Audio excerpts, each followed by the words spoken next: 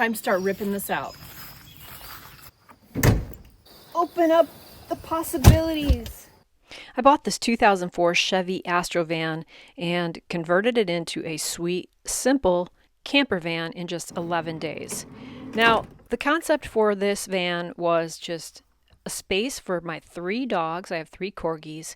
I really wanted to keep the floor space open, just to keep my options open. I wanted easy access to everything. So you can see here, I got a big, deep well on one side.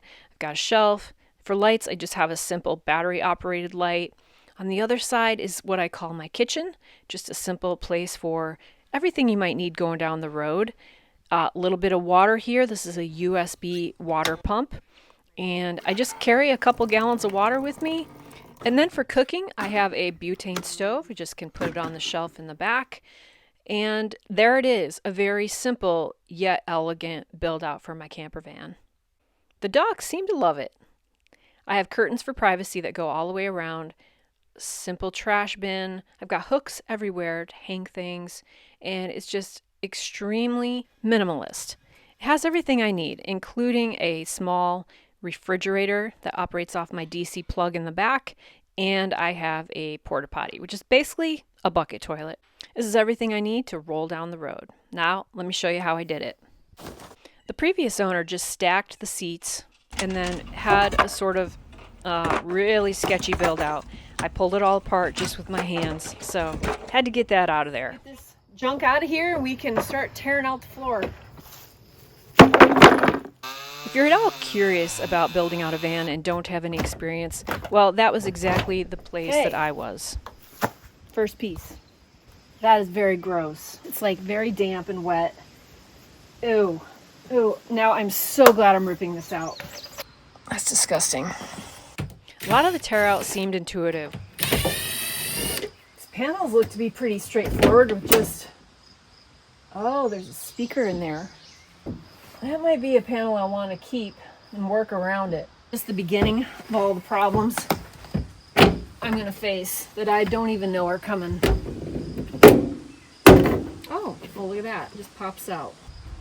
Looks like this just on hooks. Okay, cool. All right. We got this. We're just going to figure this out as we go. What I discovered along the way of ripping out the interior was just going with my gut, pulling off panels, which mainly were clipped in or held in just by screws, which were common screws, and just kind of deconstructing the van to get it to the point where I wanted it, which was bare metal frame, at least on the sides. And initially I had wanted to pull down the ceiling too. I just found the cigarette lighter back here, which I really want to save, and I don't know how to unhook it, so I'm going to try to cut around this and save it so I can reinstall it. You know, I should see if it works first. It's got power. Yay. Okay. So if I can keep that, that'd be pretty cool. To do a lot of these type of tasks of cutting plastic and refiguring things, I used my favorite tool. Okay, sweet. That worked. With the most amazing tool there is, which is this multi-tool. Gotta have one of these. Cool. Now I've got enough space there to screw this back into whatever I build. But this must be the rear AC or something, so I'm gonna need to not cover that up. Oh, I've discovered I can just easily rip out this carpet. I wanted a division right here anyway. And look at this. It easily had a separation point here. So now I can pull all this carpet off and get that out of here. That's why. Okay, I think we can pull this carpet. Yeah. It's coming right up. Must be just wet from condensation being so close to the bare metal. I don't know, but it is damp and musty and disgusting. Yuck. Once I had all the attachment points out from the seats and the seat belts, I really was able to roll it out.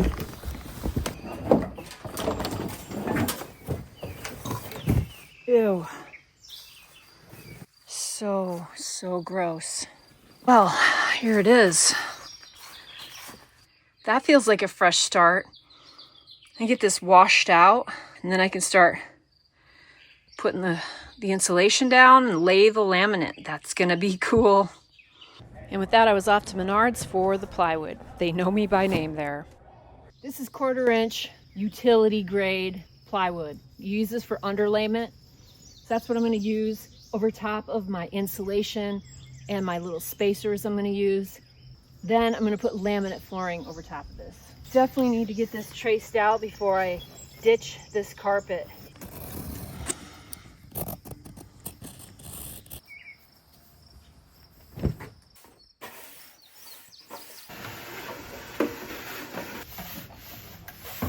Dude, look what I just found in here while I was wiping this thing down. Petrified lizard. Look at that. It's like right under there. I was like wiping it out and this guy popped out. Wild. He said he had lived in Las Vegas. So I'm guessing this guy came from Las Vegas. He's a little stowaway. Crazy. Now I can cut the slats, insulate, and lay the subfloor. What I'm gonna do is lay out these furring strips for the van floor and cut them to length. So just kind of measuring as I go, cutting as I go.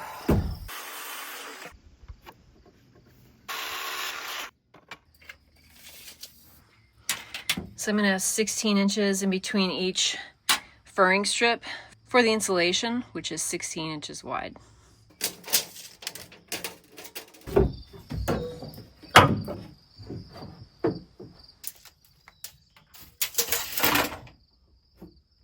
All right, this is what I have for attaching the wood to the metal box of the van. It's Loctite PL Max Premium.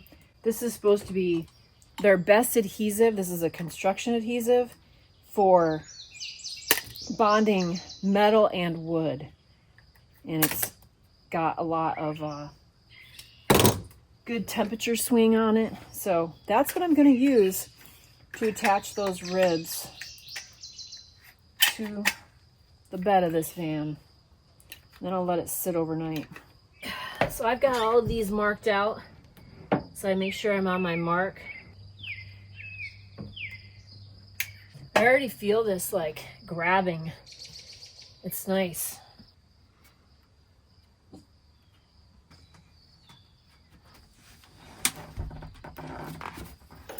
So I got this done late last night. Everything is secured. It is really attached really well right now. I had to weigh it down with everything I could find. But it said full cure, 24 hours, set in 12. So it's definitely set. And I'm going to go ahead and cut the plywood for the subfloor.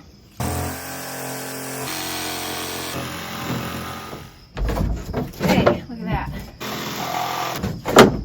Okay, I got that down. Now what I want to do is I want to make sure I've got a nailer here. So I'm going to need to glue one more down, but I want to dry fit that other one first. Dry fitting is a really good idea to avoid unnecessary surprises before you attach it with construction adhesive. I'm kind of wondering if 16 on center is too wide. Feels pretty spongy. All right, I finally have a satisfactory dry fit. So I'm going to have to take these out now. I'm going to mark that piece. That's where they come together. And I need a nailer there. And then I'm going to add extra pieces because it's just, you know, this 1/4 inch plywood is just not much. So when I stand between the 16 inches, it sags. So I need more supports underneath. I got another set of slats installed. Good, this will be set up by tomorrow. Tell me if I'm crazy. I have an idea. What I decided to do was lay out my subfloor on some sawhorses and then assemble my laminate over top so I could trace the exact contours of all of the edges before I actually put it in the van. That way I would avoid any necessary heartache with that whole process, not being able to get to the edges and do all my measurements. And then I just labeled them and put them in a pile. So hot, and I'm ready to be done today, but it is so awesome to have all that cut out. It's gonna go like madly fast tomorrow, so I'm excited about that. So floor battens are all in. I can lay down my subfloor, but I also finally got the right bit for these seatbelt spots. So I can get those out.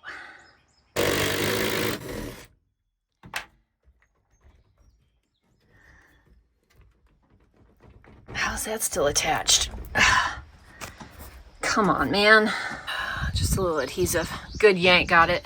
It was time to insulate the floor of the van, and for that I went with Havelock wool. This is an all-natural product straight from sheep. You don't have to worry about touching it, inhaling it. It's just a wonderful, wonderful product.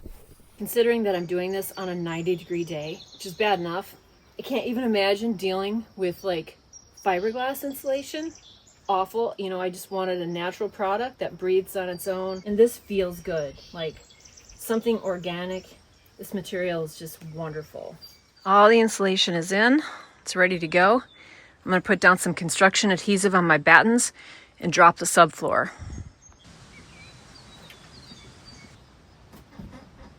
All right, here we go. This 1/4 inch is probably a little light. It still feels a little spongy to me despite all my extra battens. But I think once I get the laminate on, I think it'll be fine. It's definitely a light choice. I just didn't want to add too much height in here. I already don't have much height, so doggo alarm.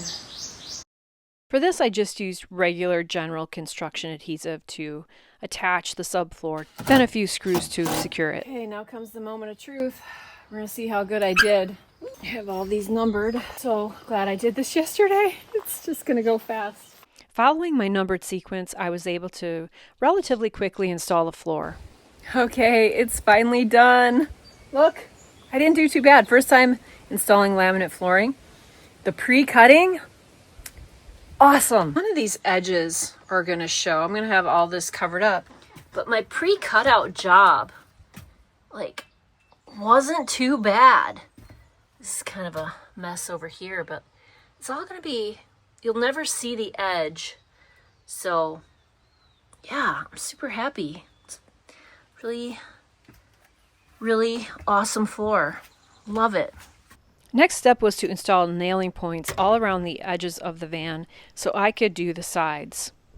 So on the wheel well, I've got these two pieces. I think they tied into the seat belts, but they're kind of taking up a lot of room. I was thinking about cutting them off, and then I'm thinking sparks and a mess. And I thought, let's try with a sledgehammer. I just did that side, so it works.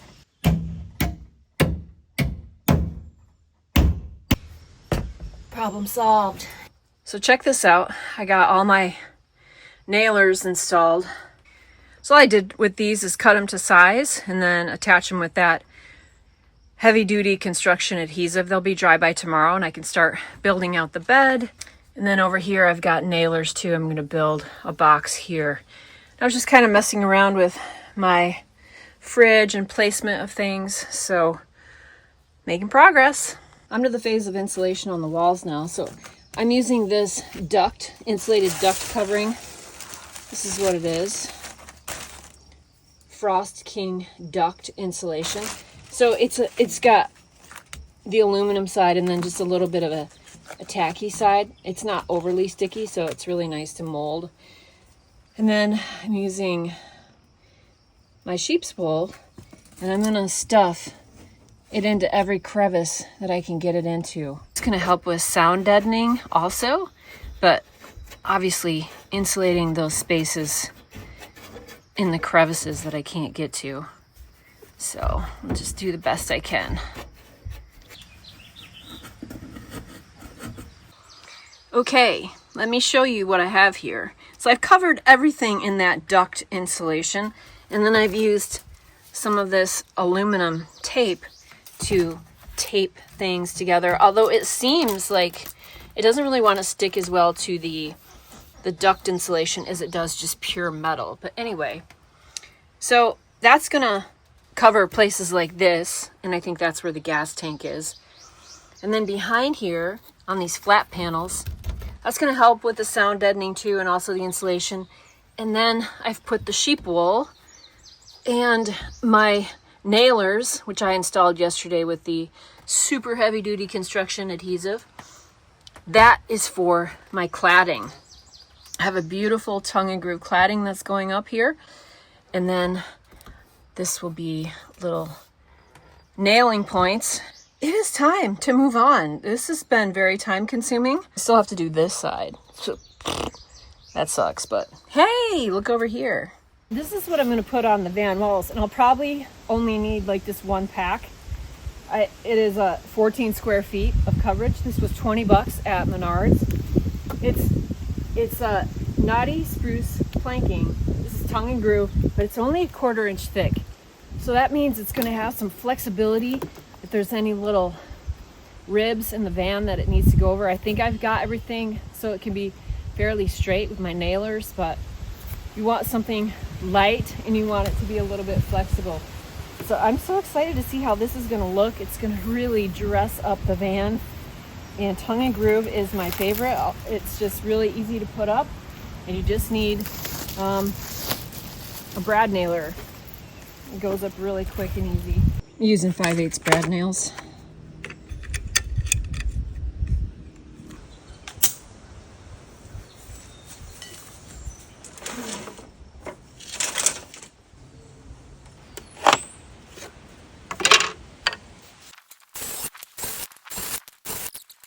I will say it is hard just operating on your knees without being able to stand up. Hard on the back, that's for sure.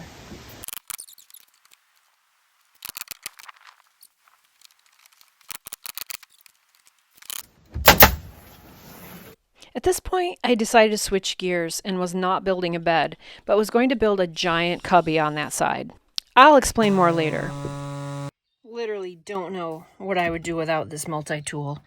But this whole thing is just one big mod. Moment by moment, it's figuring things out as I go. So we're getting this wall done. It's coming along.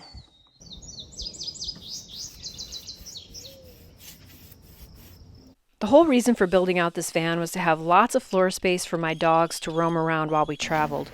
And so, with that in mind, I decided to go very minimalist and not build a bed. When I needed to sleep, I would just pull out a cot and deploy it on the floor. Alright, I just took the bolt out of this seatbelt return, but I can't... Oh! There we go. I was going to use a hammer, but brute strength. Alright, so this side here is going to be all covered up.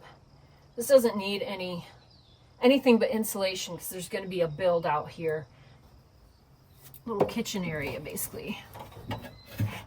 It was time to dry fit and do final measurements on what I had envisioned for this side of the van.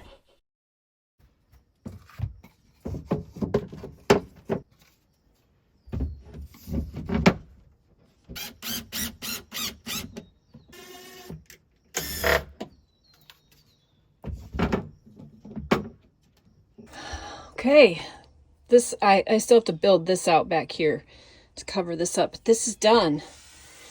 I love it. So come up here, you can have this as a table, or you can lift it up, and there's a short space underneath. That's over the wheel well. And over here, this space is just like a big bin. This is just covering like the gas tank area. So I can put my cot in there, my chair, like this is so deep. This is so much space. So it's just going to be like a big open cubby, which I love for ease of access. And then you could actually use this as a little table, make your coffee in the morning, but there's also space there. Oh, so finally, that side is done. Look, I've got this side insulated. Now I'm gonna build the kitchen.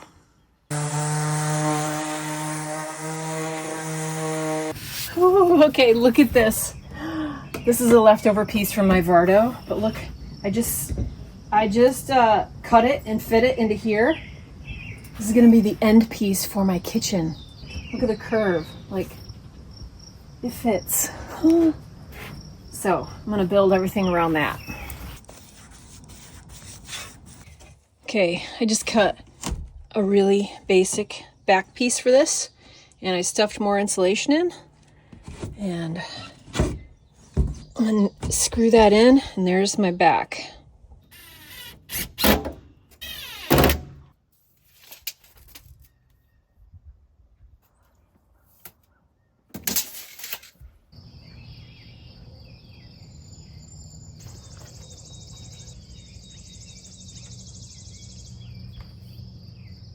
Man, I really hate to put screws in this thing. I really do.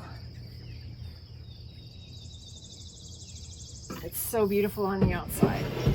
I think I might try to put some coming on the other way. I just don't want to put holes in that beautiful wood. Okay, super excited how that turned out. It's really solid. And there's no marks on this side. So what I ended up doing was screwing and gluing, but doing it from behind, one little L bracket.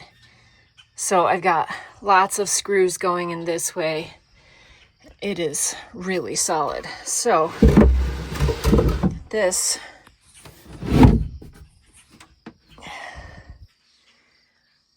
is my counter. This covers up the wheel well. And then over here, space for my water jugs and my sink. So now I've got to cut the access doors on this side to access these shelves. My countertop, I've already got cut out. It's on its second coat of spar urethane on the top, and then I can place that. Drill a hole for the sink and do all that yet, but let's get to this part. It's looking so good.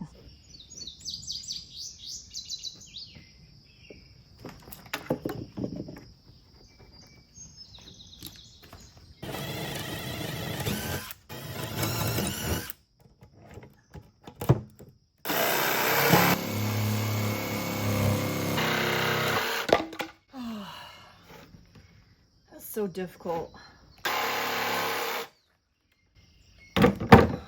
Couldn't make any offcuts because this is going to be doors, so.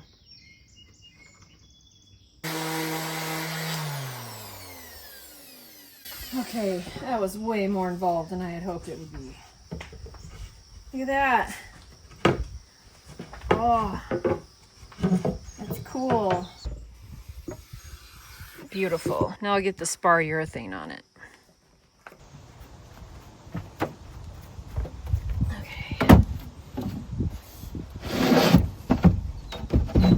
We're gonna roll with that.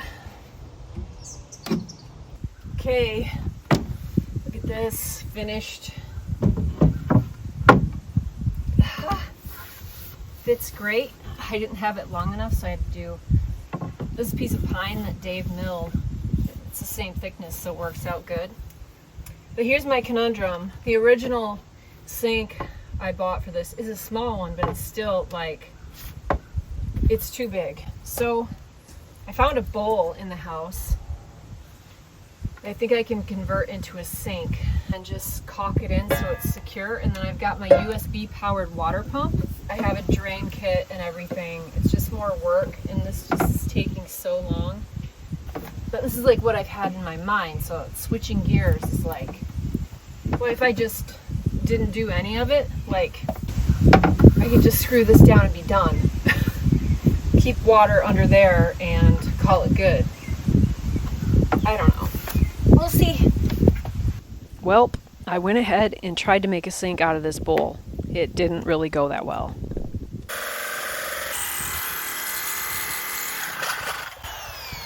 This is kind of freaking me out. Okay. That's why I'm doing the bowl first, because I'm like, if I ruin the bowl, why put a hole in my beautiful countertop? Huh. Okay. I just had a great idea. We're scrapping this. I got a better idea. Okay, here's the new plan. My pump, I'm gonna mount right here. The water is gonna be under here. And when I need hands-free water, I'll have this little shelf right here. This is a pop-up shelf bracket. And when it's not in use, it just folds down. I'm gonna get a shorter one. And there you go. I'll just put a bowl here. I can wash my hands or whatever. And then I'll just put it away. And that makes life so much more simple. Not gonna mess up this beautiful, beautiful countertop. And that works just fine. So that's what's happening. Now I'm moving on. This just makes me happy. This turned out so good. I put a little piece of walnut here, and that'll hold the doors. And it just looks gorgeous. Probably put a little shelf or, things here to catch things. But oh my goodness, this is gonna work so good. Yeah, easy solution. So I decided I wanted a backsplash on the counter. Isn't that gonna be pretty? I'll sit in front of the window. I like it. Okay, sink area is done. About this, look at that. You can wash up, you can do whatever. Turn that off. Just dump it out. It's way easier than the sink setup I had. Plus this could be used for something else, and you just, yay, you just fold it down. That is a perfect solution. I'm so happy. And this is the other thing I did late last night, about midnight. I decided I wanted like a backsplash, a decorative backsplash. And so I did that. So the kitchen is basically done. I just need to hang up some stuff and like just figure out things, but oh, so happy. Okay, just cut the trim piece. Oh, look how good that looks. Yay. All right, screw that in. It ain't pretty back here, but that looks good. Awesome. I also got my curtains up. Those came from my yurt build. I didn't end up using them, so that'll be good to cover it up at night. But look at that. Look at that. Let's get it screwed in. Nice.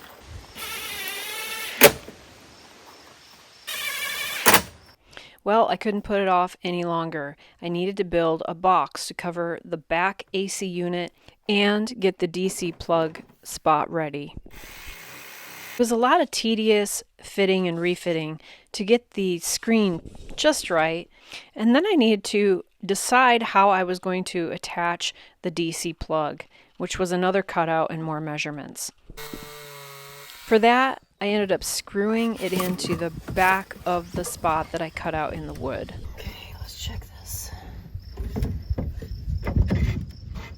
So ready to have this part done. I'm just kind of dreading it. Okay, there's my mark. Yay! Get this freaking thing done. Okay, finally got this piece done. And trying to figure out how to actually secure it, because I really don't have. What are you doing? You're so dirty. You're so dirty. Yeah, happy dirty girl. I don't have a great way to secure this. Everything is just no access. I put a little nailer here, but like I can't get to it. I don't know, but it's looking so good. Okay, got that in. Got one more thing. I got this big gap here, just this grossness. So I'm gonna put a piece there. She'll be done, I think. I did this one last night. It's got 2 coats. Clean that up a little. Looks a little nicer.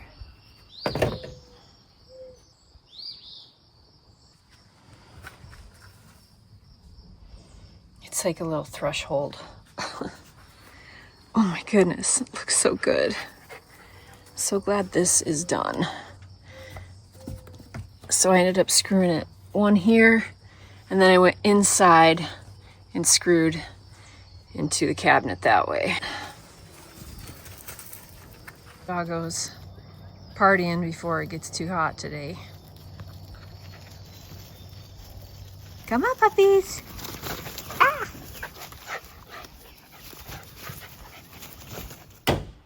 After everything was said and done, I decided I did want to do the back doors. So here we are, tearing them apart and figuring it out. Couldn't believe how much insulation the back doors took. It was awesome. All right, last night I clamped this on with the construction adhesive, so it's on good. Because I didn't have nice plywood left from my birch panel, I used a utility piece of half ply, and then I covered it with tongue and groove. So it turned out so good. All I need to do is put the finish on it and then clip in the speaker cover. So I think it turned out so good. Then I'm going to add another shelf like this right here. So I wanted it to be stout enough to handle a shelf. That's why I did the half ply.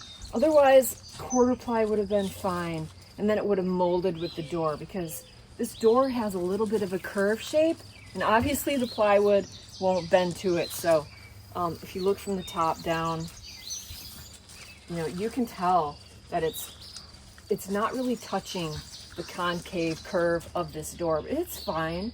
I had to trim off a little excess on the bottom to make it fit over my little piece here and over here. But otherwise, it looks so good, turned out good. Now I need to do the other side.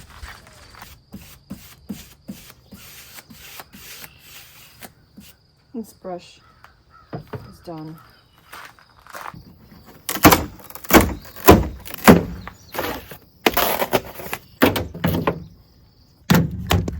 The doors took over a full bat of insulation, so I was really glad I was able to open them up and get to that. Next step was just to trace out the door and then cut it with my jigsaw.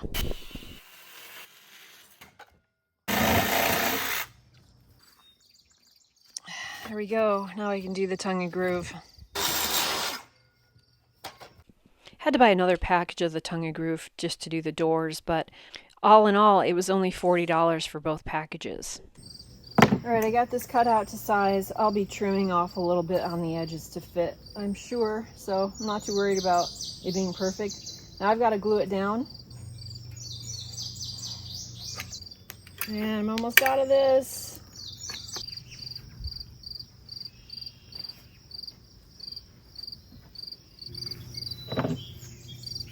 I'm just gonna clamp the corners. Let that dry. I can sand, cut the hole, mount it.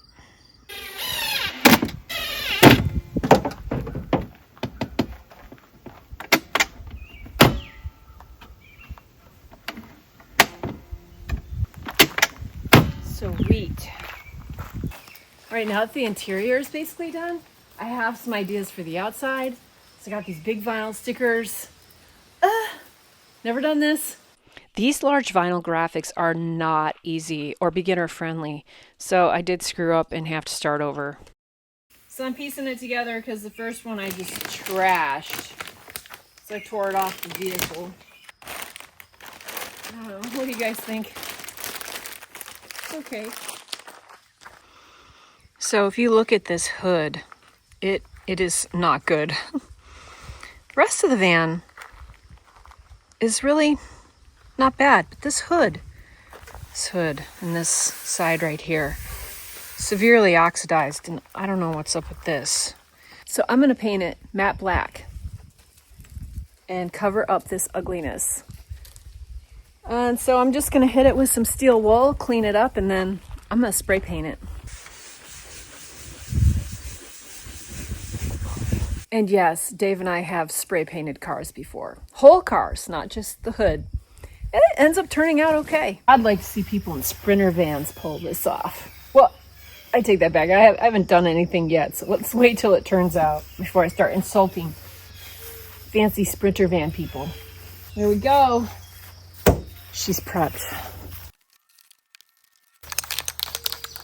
Dogs are just rallying. It's cooling down. Hey, get out of the way. So, it's all prepped. I got low profile, non-reflective finish, matte finish for cars. Great for racing stripes, grills, spoilers, and accessories. This is our golden ticket right here to make this van look like new. Better than new, actually. So here we go. The key is swish, swish, swish. Not ksh. You gotta pulse. You gotta pulse the tip. Okay, this is all or nothing.